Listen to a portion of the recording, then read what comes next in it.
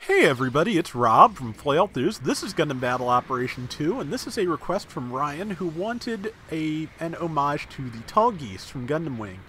So he suggested the Gyan Eos, and I think I got a pretty good color scheme going here.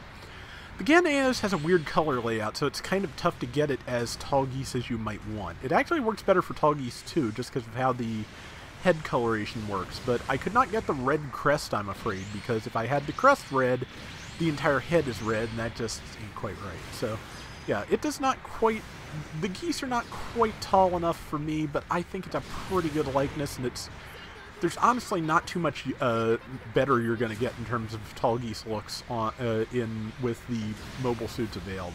Maybe the Zuda F, maybe, but it doesn't have any kind of crest at all, which just kind of does not quite do it. So, also requested specifically the bazooka on the Gyan Eos, but I believe the standard giant bazooka is what was requested. I hope so, because that's what I ran. So, yeah, the Gyan Eos runs a bazooka. It has a unique beam bayonet on its weird beam gun.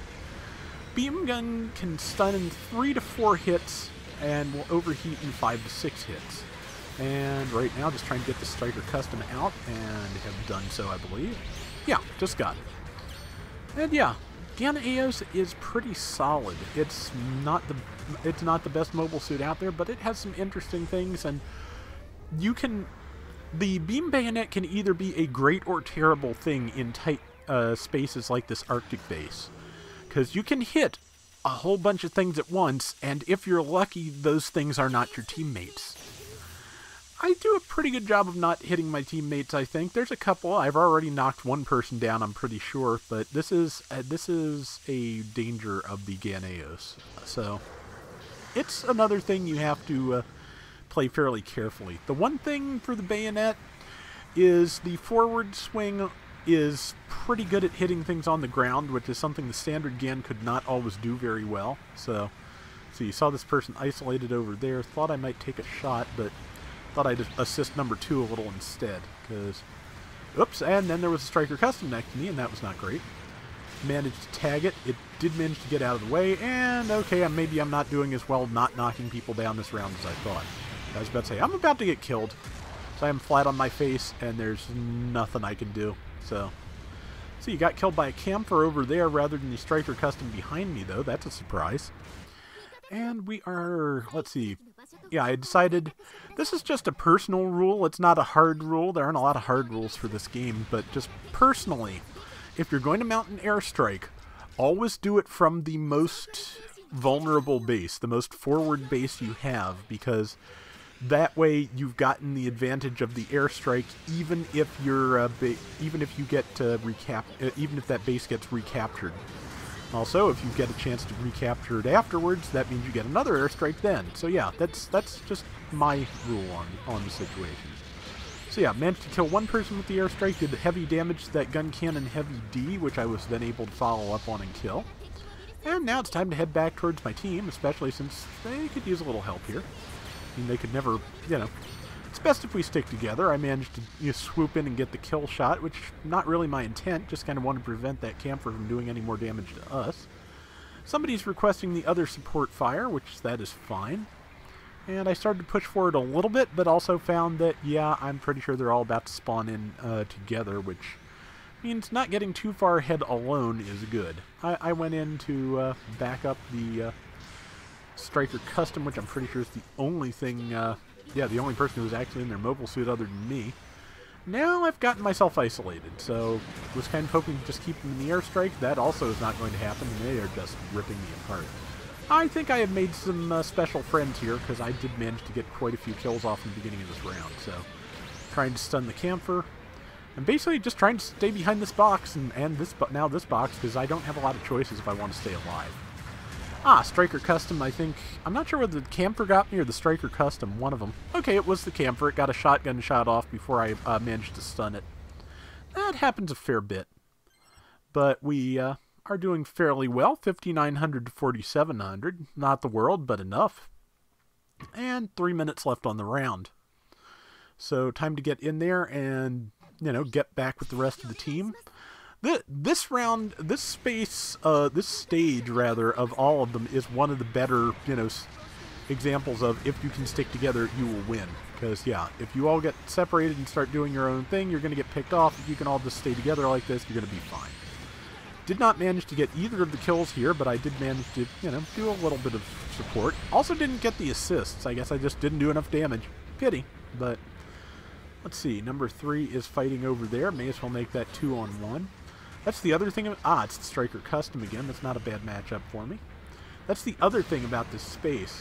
Managed to, messed up, hit the wrong swing, but luckily that Yelgun Cannon had a shot to at least keep it busy while I get up, but as you can see, it can do a tremendous amount of damage to it, and I'm not really doing enough to stop it. Now I am.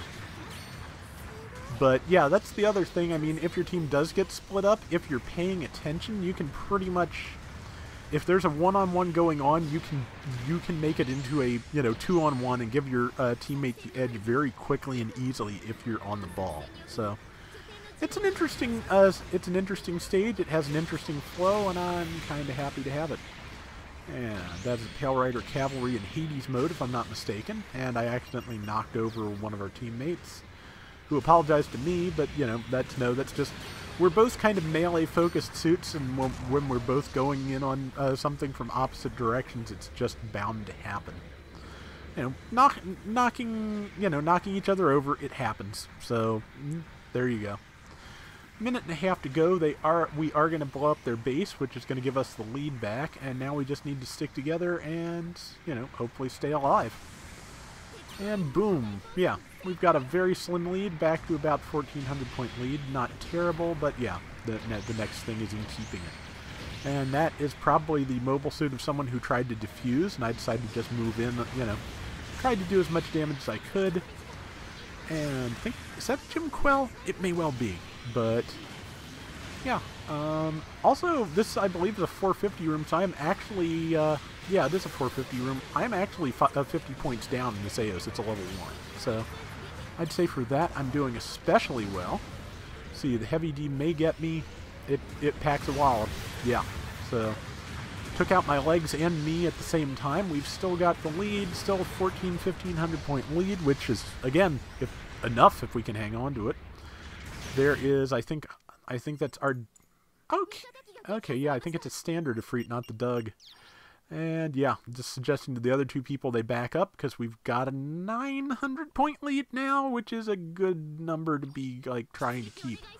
But as it is, time to get in there, because our team is stuck in, and once you're stuck in, yeah, it's like you have to try and keep this alive, so. And didn't quite get the kill, but we managed to keep a tiny sliver of that lead for the last moment, so that was a pretty good round. I enjoyed that, and I hope you enjoyed it, Ryan. I hope you like my take on the Tallgeese here. If you ever want me to try it with the Zuda F, let me know and I'll give it a go. But yeah, 4,300 points for me. Did not beat my rival. That camper did some work, obviously. I got more kills. I got a couple more things, but yeah, not quite enough to beat my rival. But 8 kills, I can't really complain about that. So that is going to do it for today's Gundam Battle Operation 2. We will be back soon with more, so till next time, everybody take care and have fun. Later!